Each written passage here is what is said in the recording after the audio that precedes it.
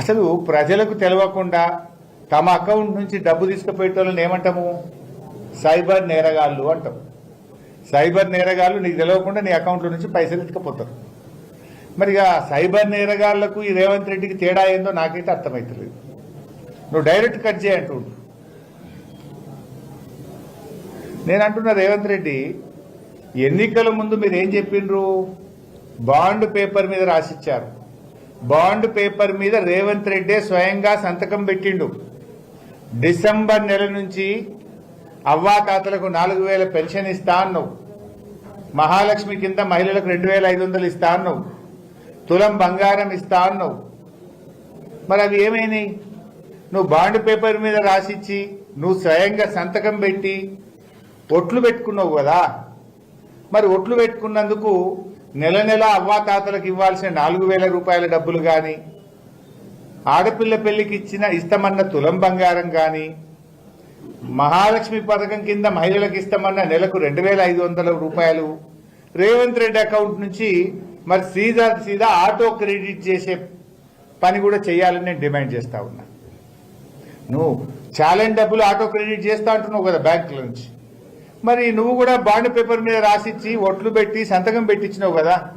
మరి నీ అకౌంట్ నుంచి కూడా లేదా ప్రభుత్వ ఖజానా నుంచి ఆటో క్రెడిట్ చేసి ప్రజలకు తీసుకుంటాం. మరి నువ్వు ఎట్లా తీసుకుంటావో మరి ప్రజలకు కూడా అదే హక్కు ఉంటుంది కదా. ప్రజలకు బాండ్ పేపర్ మీద రాసిచ్చి సంతకం పెట్టి ఒట్లు పెట్టి నువ్వు మాట ఇచ్చినప్పుడు మరి ఆటో క్రెడిట్ ప్రజలకు కూడా ఇవ్వాలి. 4000 పెన్షన్ ఇవ్వాలి, మహాలక్ష్మి 2500 ఇవ్వాలి, college fee reimbursement SC ST BC విద్యార్థులకు ఇవ్వాలి, అక్క చెల్లెళ్లకు తులం బంగారం ఇవ్వాలి. ఇది కూడా ఆటో క్రెడిట్ పెట్టుకుందాం. మరిగా నీ రేవంత్ రెడ్డి అకౌంట్ నుంచి పెడదామా, గవర్నమెంట్ అకౌంట్ నుంచి పెడదామా, అది కూడా ఆటో క్రెడిట్ పెట్టు. ప్రజల పైసలు లాక్కోవడానికి ఆటో క్రెడిట్ పెడితే ప్రజలకు ఇవ్వాల్సిన డబ్బులకు కూడా ఆటో క్రెడిటే పెట్టాలి కదా.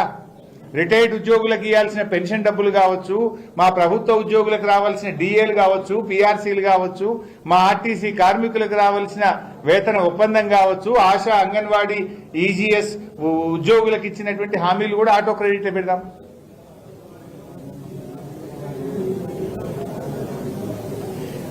ఇది झूठा సర్కారే కాదు, లూటీ సర్కార్. బాతో మే झूठा, కామో మే లూట్నా. నిరుద్యోగుల జాబులే కాదు, ప్రజల జేబులు కొట్టేందుకు కూడా రేవంత్ రెడ్డి కుట్ర చేస్తా ఉన్నాడు. నిరుద్యోగుల జాబులు కొట్టేసిండు. మొదటి ఏడాది 2 లక్షల ఉద్యోగాలు అన్నాడు. 3 క్యాలెండర్లు మారినాయి తప్ప ఒక్క జాబ్ క్యాలెండర్ రాలే. రేవంత్ రెడ్డి ప్రభుత్వం వచ్చినాక 3 క్యాలెండర్లు మారినాయి, కానీ ఒక్క జాబ్ క్యాలెండర్ అయితే రాలేదు. ఈయనేం చెప్పిండు? మొదటి ఏడాదే 2 లక్షల ప్రభుత్వ ఉద్యోగాలు. జాబ్ క్యాలెండర్ పెట్టి ఎప్పటికప్పుడు జాబులు ఇస్తామన్నాడు.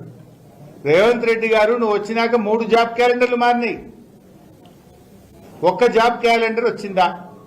3 క్యాలెండర్లు మారినాయి కానీ ఒక్క జాబ్ క్యాలెండర్ రాలే.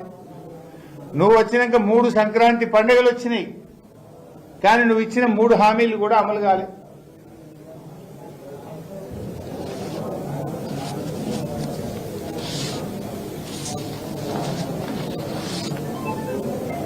ఈ సంక్రాంతి పండుగకు రైతు బంధు డబ్బులు రైతుల అకౌంట్లలో పడితేంది రైతులు ఎంతో ఆశగా ఎదురు చూశారు.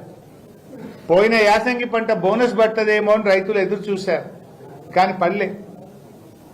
నువ్వు ఓట్ల కోట్లకు ఇస్తావు. కేసీఆర్ ఏమో నాట్లకు రైతు బంధు ఇస్తే రేవంత్ రెడ్డి ఓట్ల కోట్లకు ఇస్తాడు. ఎందుకంటే మొన్న సర్పంచ్ ఎలక్షన్లు ఉంటే రైతు బంధు వేసాడు. ఇప్పుడు ఎంపీటీసీ జెడ్పీటీసీ ఎలక్షన్లు ఉంటే రైతు బంధు వేస్తుండే. ఎంపీటీసీ ఎలక్షన్ లేదు కదా, ఇప్పుడు జెడ్పీటీసీ ఎలక్షన్ లేదు కనుక రైతు బంధు వేయలే. ఇప్పుడు మొన్న ఏమైంది? ఊర్లలో సర్పంచ్ ఎలక్షన్లు ఉంటే చీరలు వచ్చిండు, కానీ పట్టణాలు ఇయ్యలే. ఇచ్చిండు అప్పుడు ఊర్లలో సర్పంచ్ ఎలక్షన్లకేమో చీరలు ఇచ్చిండు, పట్టణాలకు మాత్రం చీరలు ఇయ్యలే.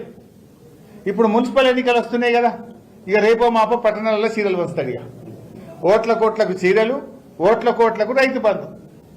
కేసీఆర్ ఏమో నాట్లకు రైతు బంధు, బతుకమ్మకు చీరలు. ఇగో ఇది కాంగ్రెస్ కు బీఆర్ఎస్ ప్రభుత్వానికి ఉన్న తేడా.